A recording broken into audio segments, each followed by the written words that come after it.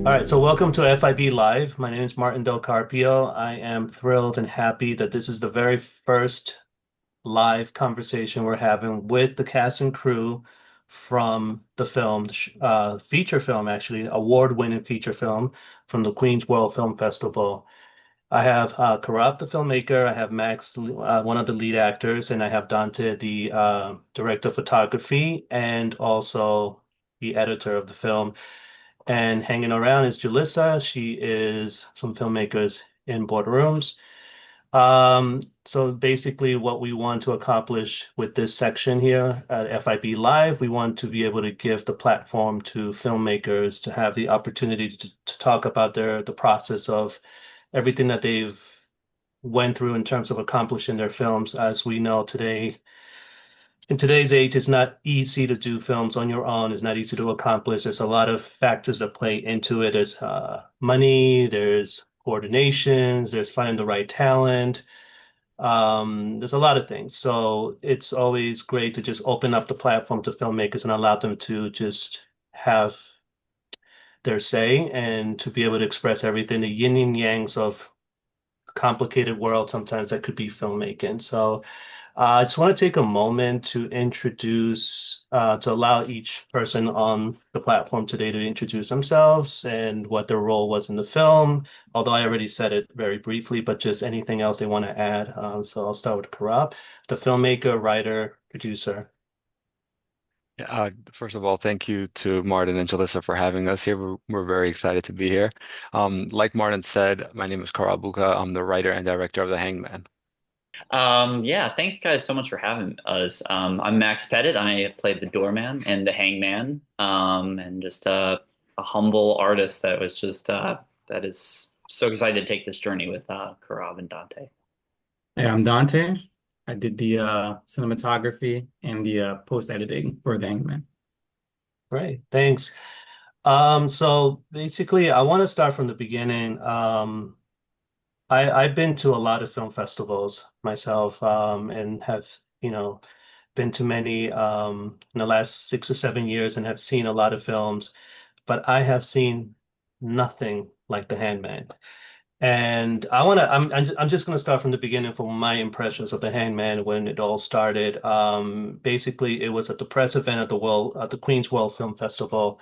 We all had to sit down. We all had to observe a presentation that they were doing. And I remember sitting and looking across the room, and I saw this poster that completely stood out from everything else.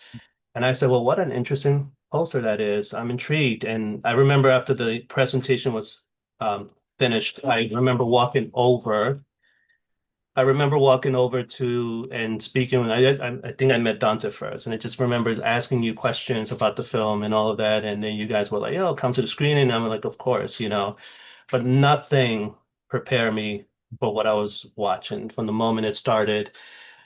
The opening scene with Max and thinking to myself, "Oh, first of all, the aspect ratio, everything was just so different." And then when the film started, it was just mind blowing. Every sequence, every frame, everything about it from A to Z was just mind blowing to me and on a technical level, on the actors, everything. And I remember telling Corrupt after the screening, and I said to him one thing, and then what I said to him was, God, we need more filmmakers like you.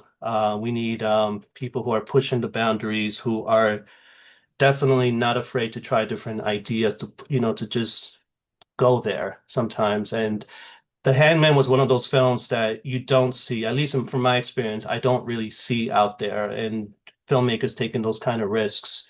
So first, I applaud you guys for doing that. Left a huge impression on me, and I said, "This is what filmmaking is. It's about taking risks. It's about doing your own thing, that sort of thing."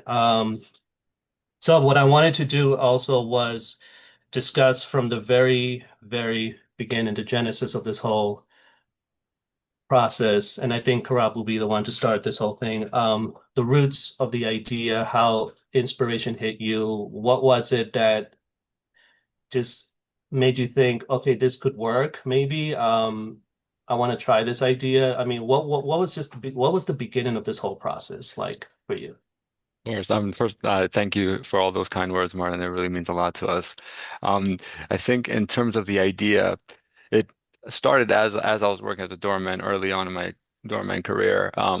Just sitting around kind of bored, probably like maybe right after COVID or during COVID, just coming up with ideas because I remember at that time working in the job just and feeling like there's something very interesting about being a doorman. You know so much about these people's lives. You know about who their friends are, who their family is, what kind of medicine they get delivered, what kind of food they like, and all these are very intimate details. So I was like brainstorming to have or to come up with an idea that's like that would sort of match that, but also sort of push it to an exaggerated level of what that is. And that's when I came up with the hangman. And the hangman itself sort of took like multiple different variations as well as I was writing. So even though it was written maybe around 2020, the next 2, 3 years, I probably have like about 10 different versions of it because I wasn't pleased with it and just new ideas came to mind, etc. Okay, great. And how was the writing process for this? What was the source of inspiration for you, in terms of, I mean, I don't want to give away too much about the film because I think people should watch it and experience it on their own terms. But what was the writing process in terms of, because I know like sometimes when you sit and write a film and you start to like figure out ideas, what was it that allowed you to think, okay, I want to push it this far in terms of what was that push that gave you that idea? I mean, even in the beginning, there was, I would say, probably even more boundary pushing in the beginning of the film. So kind of also you have to work within your means and within the resources that you have. So that obviously also influences whatever you're writing, no matter what. But in terms of like like time period for writing. Once you write something, at least in my case, once I write something, I like to give it time. And then I like to like actually print out a physical copy to read it because I can't do digital. I like to have it in my hands just to be able to make notes really quickly. And then once I do that, I also tr you kind of have to take a break from it. You know what I mean? Because eventually you'll find multiple things you don't like about it and things you want to change and edit. So you kind of have to give yourself some time. You have to get some new eyes on it. I shared obviously with Dante, he's my longtime collaborator. He gives me notes. I share with my wife Alessandra. She also gives me notes. So just to bring people in because once you're too into something, you kind of get tunnel vision and you kind of lose sight of what you're trying to accomplish sometimes. So I think it's always good to get a fresh pair of eyes on whatever you're doing too. Cool. And the big question for a lot of filmmakers of it, FIB Live, we really want to focus on indie underground filmmakers, being that we know how difficult this is, and let's just bring out the big elephant in the room, and it's about how did you go about financing this from the get-go? How did you figure out, okay, this is how much I need to bring to the table, or do I need to have someone else? How did you coordinate all of that, the financial costs of the film, of a feature film? Yeah, I mean, a lot of it was just about strictly budgeting and planning. And also, it also helps when you have collaborators like Dante who believe in you and they believe in your vision and are willing to contribute to help out. So the entire project is self-funded between the two of us. And I think I would obviously, I understand that there are routes you can go through GoFundMe or Kickstarter or whatever, but I also don't want people to invest in my projects in that sort of way because I just feel weird asking for something that I know that project probably wouldn't appeal to many, you know what I mean, on paper. So it's like you kind of need that creative and total creative freedom over your projects, especially when you're starting out. Because when you're starting out, you're not really in it to make any money back. You're kind of in it just to sort of get your voice heard, get your vision shown. And so, yeah, I mean, the entire project was self-funded. Nice. Okay, well, congrats on that. It's a huge accomplishment. Thank you. Sure. And big question, about the actors and getting them to play. I mean, when you showed I mean, I don't know how was the process in terms of getting the actors involved. What was the audition process like? When you had the script ready and they read it, can you share any insights onto how that whole process went? Yeah, I mean, the casting process was done via Zoom. But we did have multiple conversations because you also have to like get to know your actors as well. I think a big part along with them auditioning and reading sites that you send them, I think is very important to get to know what they're like, what kind of films they're also into, because that sort of gives you an idea of how far they're willing to push themselves and sort of what they're familiar with. Because if they're not familiar with sort of anything that's close to what we're trying to accomplish, then it might be a little bit harder to convince your actors to do what you want them to do. So I think that played a big part, or at least, and obviously not everyone's going to see what you see, Right. but I mean, as long as they're willing, and I remember giving the cast, I think a list of films, and I think Max can speak on that of like what sort of inspired this movie and what to watch, and so I think that kind of helps too. Okay. And because I don't want to give again, I don't want to give too much away about the film, but there is nudity involved in this film. How was that in terms with the actors, in terms of what advice can you give indie underground filmmakers how to approach such, I mean, nowadays it's a very delicate matter because of the political climate that we have in the industry going on. What advice and how would you give anyone who wants to approach nudity in filmmaking, especially underground filmmaking? Yeah, I mean, honestly, the number one word that comes to mind is just transparency. Once we had a big chunk of actors apply on Backstage, I mean, obviously it's in the listing itself that nudity is required, but I know sometimes actors don't really read everything in the listing. So once we had like a good chunk for each sort of character, we send out another mass email, you can say to everybody, and just letting them know, hey, just FYI, in case you're not interested, let us know. I mean, we did obviously have some people that dropped out after that, and that's okay. But we were trying to be as transparent as possible. And then once we had the remaining, I'm also aware that people still don't read emails. So even during the Zoom interviews, you bring it up again. You just got to let them know.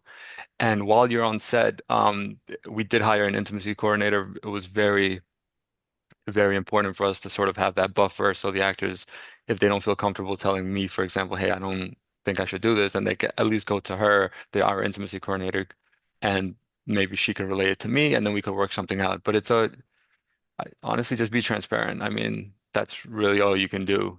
You stick true to your vision, but be transparent. Make sure you tell everybody ahead of time that this is what you're looking for. And also have them sign release forms just for the protection of the. Oh yeah, yeah, of course. So release forms, nudity writers that the intimacy coordinator created for us, everything. Yeah. All right, so we're in the process. Right now, we're in talking about acting, so I do want to bring Max to the forefront for a second. So Max, I have a lot of questions to ask you. Um, Loved your performance. I thought it Thank was you. amazing. From the opening shot, just everything about it was just so visceral. But what I wanted to know is when you received the script, what was your first impression? Oh my God. I think my first impression was, oh, I'm not worthy of this, and which I think is, it's such a great script. And I think when I first read it, it's like you, as an actor, you really want to book something, especially something like this that is just so cool and so different. But then when you finally book something, you're like, oh, I got to do this now, and I really need to arrive, and I really need to show up for this. And especially how genuine Korab is and Donte, and how they really came to this with their full, like, authentic selves. I was like, okay, I need to work this with friends who are actors. I have to find a friend who's a coach. I got to do the research. I have to watch the films. I think I was nervous. I was scared, because I loved it so much. Nice. And I know you just mentioned that you watched different films, but what was the preparation process like for you? I mean, what was it like for you to like when you had to step onto the set and people need to watch this film. I don't want to give away too much, but what was the prep for that? All that the dinner table scene, what was your prep? I mean, in terms of even the basement scene, you Oh know, yeah, yeah, everything. yeah. Yeah. Um, what was it that got you mentally prepared to be abused by the family members like that? What was Sure. it that allowed you to finally just find that point where you could say, all right, this is the space I need to be in? What how did you prepare for that? Um, yeah, I'll say I'm a really big believer in just reading a script over and over and over and over again. I kind of hate like route memorization. So it's just kind of about reading it like as many times a day as possible and trying to let that seep in. Okay. Building that imagined reality, what that would be like for me, or as me as the doorman. I worked out with a few friends. I had them watch it, so I could do it before I got on set. But then honestly, the space that Korab, Donte, Kimberly, our intimacy coach, I mean, she wasn't there for the scene you're talking about, but also the other actors created when we were on set. Mhm. They like 50% is preparing, and then the other 50% is being on set, and they create that reality in a way that felt safe, but also real. That it just kind of comes naturally to the surface, and all that homework that you kind of did kind of comes up. I don't know if I'm making any sense or if I sound like I'm talking about magic here or something, but I was down in on like for the scene you're talking about, and I don't want to give too much away. I was in that space in that moment for several hours. So it just starts to build naturally for you. And there was one moment in that scene that was like I was not acting. It was just real because everyone was giving me so much, including my co-stars. They were just so fabulous and they really brought that out of me. And I was like, that's what's just yeah. I don't know if that answers your question. Oh, absolutely. Yeah. And so, note to all filmmakers out there, actors are, if not as important, but the important factor in filmmaking. So make them feel comfortable so they could give you their best. And that's what, because actors are the ones who make or break your films sometimes. So it's important to just bring them in. And I think sounds like Corrupt did an amazing job doing that. So it's like made you feel comfortable to just let go, be free. And I think that's important sometimes for filmmakers to understand. So thank you. Thanks, Max. And Dante, You. um, from the opening shot, I mean, I saw the aspect ratio was so different. I said, first, I thought to myself when I first watched that, I said, okay, is this just going to be for the opening of the film? I'm thinking maybe halfway through the film and noticing it's still at that aspect ratio. And this is like for you and Korab as well, because I know both of you worked together. But I mean, what made you decide to and now to explain better to the viewers, like the aspect ratio of the film is actually like a cell phone kind of thing. Imagine that you're not holding it the right way, you're holding it vertical. That's basically the whole film.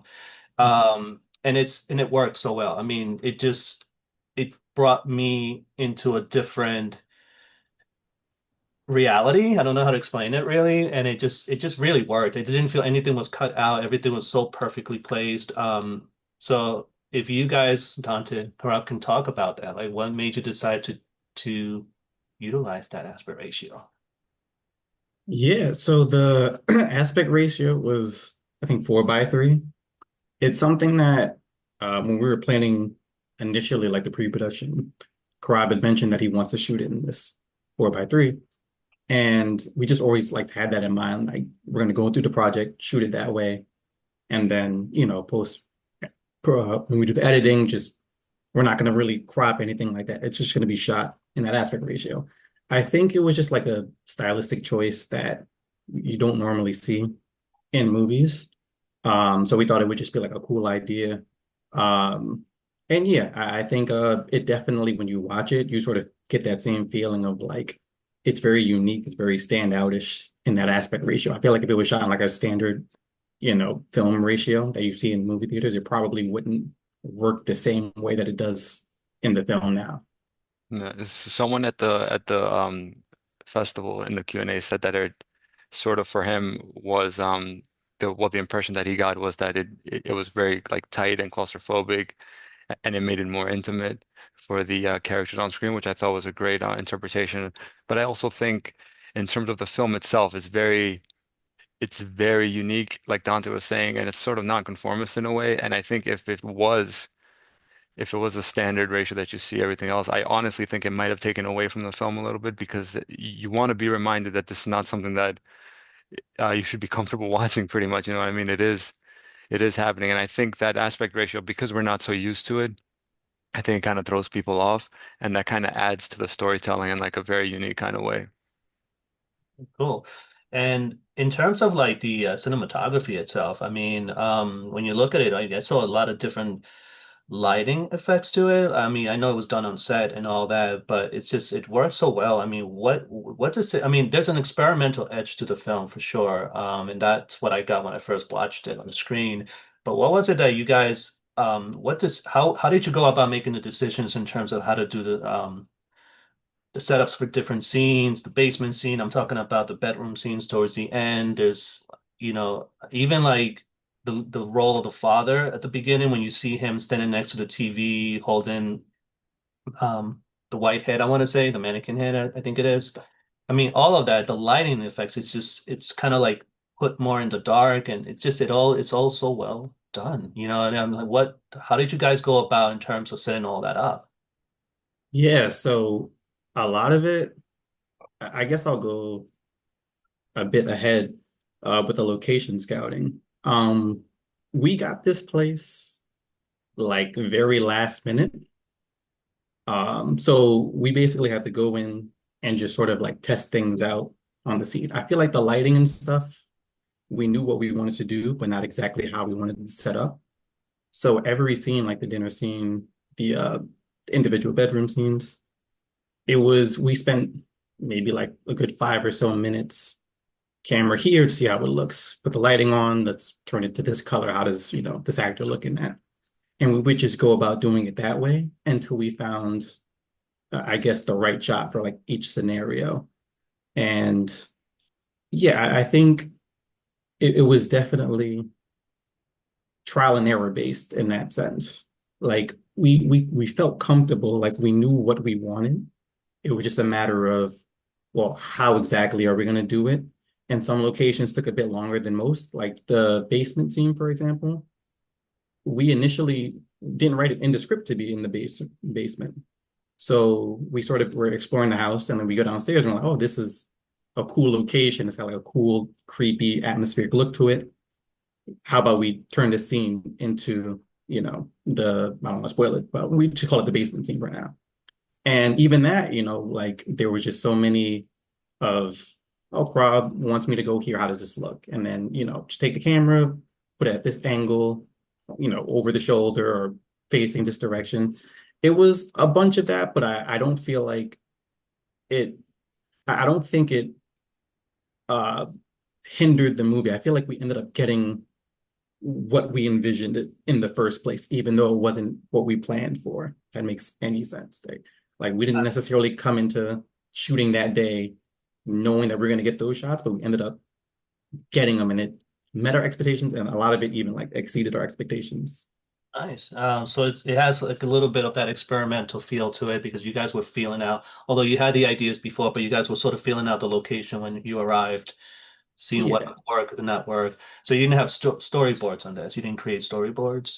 No, we didn't have storyboards. We just really spoke about it. Like me and Korab, we would go pre-production plan wise, and we would just talk about what we want. And we, wrote notes down and stuff. But a lot of it was just we understand, and I understood what he wanted from it, and we just understood exactly how we are going to approach it. And a room is a room to us, like once you get in the room, we just set it up with the lights in this way. But it wasn't like we already knew it in our head like how it was supposed to look.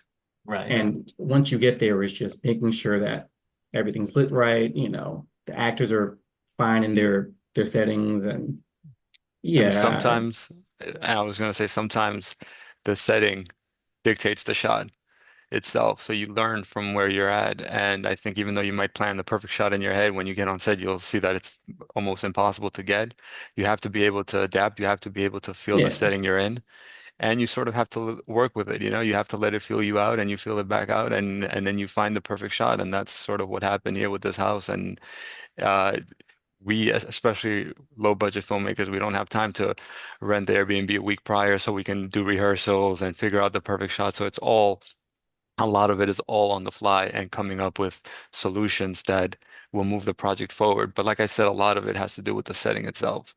yeah. I don't think we took too long, like for every time. I don't think we took too long planning. I think like that, maybe 5 or so minutes, 5, 10 minutes, that we would, okay, it's going to be a bit more difficult considering like it's not the biggest of rooms, but we were able to find what we needed every location that we went through throughout the entire house there.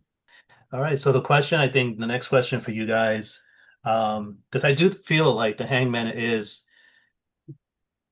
an artistic film, right? I think it's like an artistic narrative film, of course. And you guys have been doing, I mean, you guys, congratulations again on winning the award at the Queens World Film Festival. Well deserved. Thank you. I know that you guys now are getting also into other festivals, I think in New York as well. And you have screenings coming up this year. I mean, I'm already thinking of 2026, sorry. Well, in a couple of weeks this year, 2026. But my question for you guys is now you're at the stage where you got the film done. Now you are technically promoting it, right? You're putting it out there. What expectations do you have with the type of film that you guys created? And I think this goes for all of you, even for Max as an actor. You created the film, you're proud of it, it's art, as artists, you don't release it until you can stand behind it 110%. But then once you release it, it's beyond your control what's going to happen, right? You don't know people's reactions to it and all that. So if you could talk a little bit about so far, how's the reactions have been for you? I mean, the Queens World Film Festival embraced it, and I applaud them for that. I think it's amazing that they are supporting these type of films, which is important. But also, um, I don't know, what other reactions have you guys gotten, and what expectations do you have for this type of film? And Corrupt, I mean, from the very get-go, since the time you had the idea for the film, maybe there was a little bit something inside of you that said, "This is what I'm envisioning to accomplish with this film," right? In the long run. So you could talk Yeah. a little bit about that. Of course, I think initially when the idea started and when we were in pre-production and even after, I think the main goal for us was to just, especially since we are low budget, micro budget filmmakers, self-funded, self-taught, and so I think the main goal for us was really to just play at a festival, play in a screen, play in a theater, and so in that regard, we did accomplish what we set out to do. But in terms of what the reactions have been. I think because the film is very, I think maybe divisive, I would say. I think a lot of people are going to have strong reactions to it. I think like Queen's Roll, for example, they loved it. We're playing also part of their online section for Another Hole in the Head. We're going to be up there for 5 days the week of Christmas. So I think, and even the feedback I got from that festival, the guy was just like a very weird film. I loved it. So I think it's just it depends on who is running the festivals, really. You know what I mean? I think some people are gonna love it, some people are gonna hate it, and I think I I wouldn't want it any other way. You know, that's life. I don't want to make something that's maybe universally accepted, but it doesn't really mean anything to me. Right. So I mean, it's fine to me. Whatever reaction comes from it, I think as long as you're feeling something, then mission accomplished. Nice. What about you, Max, as an actor? What reactions have you gotten so far? Yeah, I think most people love it, but the few people that don't love it don't like it. They hate it. And I find that fabulous because they're not bored by it. They're not forgetting it by the time they've walked back to their car to drive home. They have a strong opinion about it. And I think that's really interesting. And I think that's what's really cool. And it's because the film that Korab has written, it's breaking all the rules. Yeah. And I think it was probably you who said, like, you're a little bit rebelling against cinema in and of itself. And I think that's why people are it's not, they want to sit down and they want to have some, classic Sundance indie. This might not be it, and I think that's what I think is really remarkable. And I, as an artist, I did the work. I put it all out there, and however people feel about it, that's how they feel about it. And yeah, we have no control over that. All we can do is just put everything on the line. Nice. Anything you want to share, Dante?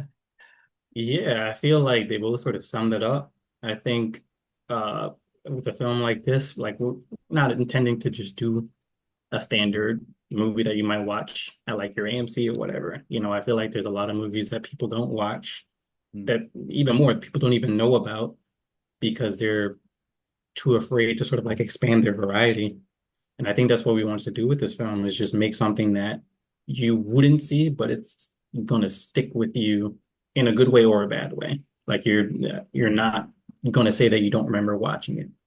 And I think a film like this and making films like this, albeit, less to do with, you know, uh shock value, let's say, but just more of like sincerity and like, making the film that you want to make, regardless of if people might feel disgusted or appalled by the type of content or not there. I feel like it's still very important to have film sincerity when you're directing movies and not just to put, random schmuck out there. Like make films because films are, it's, you know, it's an entire thing. It's not just like one specific point. Like there's different emotions, there's different things that you can explore with film. And I think that's what we just tried to do with The Hangman.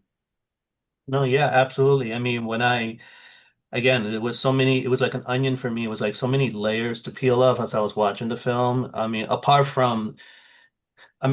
watch a lot of edgy films, so I wasn't shocked per se, but I was shocked that I was watching that kind of a film at a film festival, like I said before, because you don't really get to see a lot of films like that, which is great to see someone finally breaking that mold, so to speak, right? So that for me, that was like just brilliant to watch, but it was not like the nude scenes and all of that was not gratuitous for me. It was more like there was all these layers. I mean, and I did kind of want to point this out and correct me if I'm wrong, but like Korab said, like, initially as working as a doorman, he's seeing a certain class of people behave a certain way. He observes from the outside, right? Um, again, correct me if I'm wrong, but is there a sense of maybe criticism to a social class, so to speak, in the film? Because that's kind of like what I got from it too. I did feel that the character that Max plays, he is liberating this family. In a way. And again, I don't want to give too much away about the film, but in a way, it's like an experience for the family that he's sort of like the catalyst, to just to let go of their demons. If I'm wrong about that, I don't know if I'm wrong about that, but I do feel that there's a social commentary on this film. Yeah, I was gonna say I think commentary is a better word. Criticism, sure, but I also think just an observation more than anything. I think in terms of when you're in that position, you kind of understand what you're dealing with and that I mean, you know that it's your job, you know that one day these people can love you, one day they can hate you. And so I try to take that observation and exaggerate it to the next level with the film. But I think in terms of how people behave, I mean, I don't know. I think there's definitely something there regarding social classes and the way they treat the help, like the doorman, for example. But I think more so than anything, and especially now after like a few rewatches of your own film, I kind of have like also a different approach to the film as well for a while. So I mean, and I don't want to get into that because I don't like really over explaining my films. I think you sort of just have to watch them to feel it for yourself. But I think if you watch them multiple times, I think you can see it in various sort of aspects. The first one, I think on the initial watch would be, okay, this family is fucked up. They're crazy. But then the second one, you can sort of, I guess, understand that maybe the family represents all of the worst aspects of our own selves. Mhm. But I think it just, yeah, it's like you said, an onion, sort of more multiple layers. Yeah, it just gives you more and more as you think about it. Because I was thinking about the film like week after I watched, I was still like, what did I just see? Like, what was this and what was that? So it was just brilliant. You guys accomplished your goal with this film, I believe, and I applaud you for that. Thank you. And I'm very curious to know what's next for you guys. First, I mean, I'll speak or myself and Dante, and then Max could let us know what he's working on. But I think in terms of what's next, I would like to sort of just play this out for a little bit. It's once you're emotionally invested in a project, you kind of have to like see it through. So once we near sort of the end of the maybe a year of trying festivals, I think then we'll sort of pivot to releasing the film somewhere. And then once that's out there and we can finally, because even just thinking about a next project, you have to be both physically and mentally ready to do so.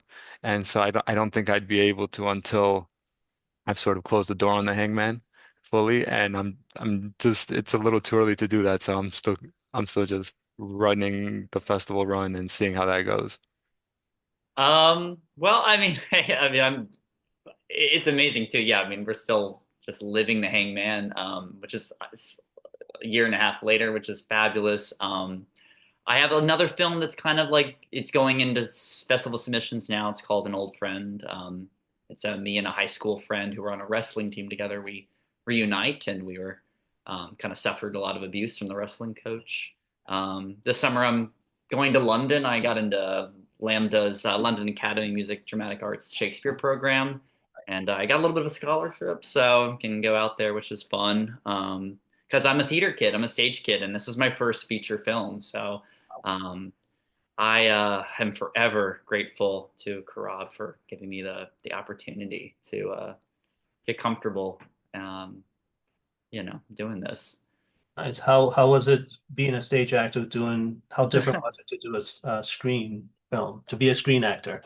Um, it's all about toning it down, you know. It's like when you are on stage, they always say you're performing it for the balcony, and they always teach you historically, you do stage and then you do film. Of course, now we live in a new world where people do film and then stage, but it's about less. And Karab was excellent at kind of like coaching me in moments only when I really needed it, and kind of being there to kind of just be like, all right, we're just gonna adjust it just this much, especially for some of the bigger scenes. And yeah, that was I really appreciate that. And yeah, you find it's just so much fun. It's just like when you've done stage for so long and then you finally get to be on set. And I've done a lot of short films, but never a feature length film. Never one where I get to be in on location for a week and just live and breathe the story.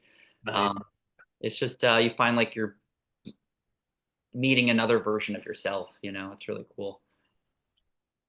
Well, I want to share the poster Okay. because this is the first thing that grabbed my attention of the film when I looked at it across the room, and I said, first of all, my impression was I thought it was some sort of a horror film, to be honest with you. And for some people, maybe, I think, possibly, but it's much more than that. It's a lot going on. Like I said, it's like an onion with many different layers. But if any of you can talk about the poster design, just what inspired it and the imagery, it's just so surreal and it's just so Yeah. eye-catching.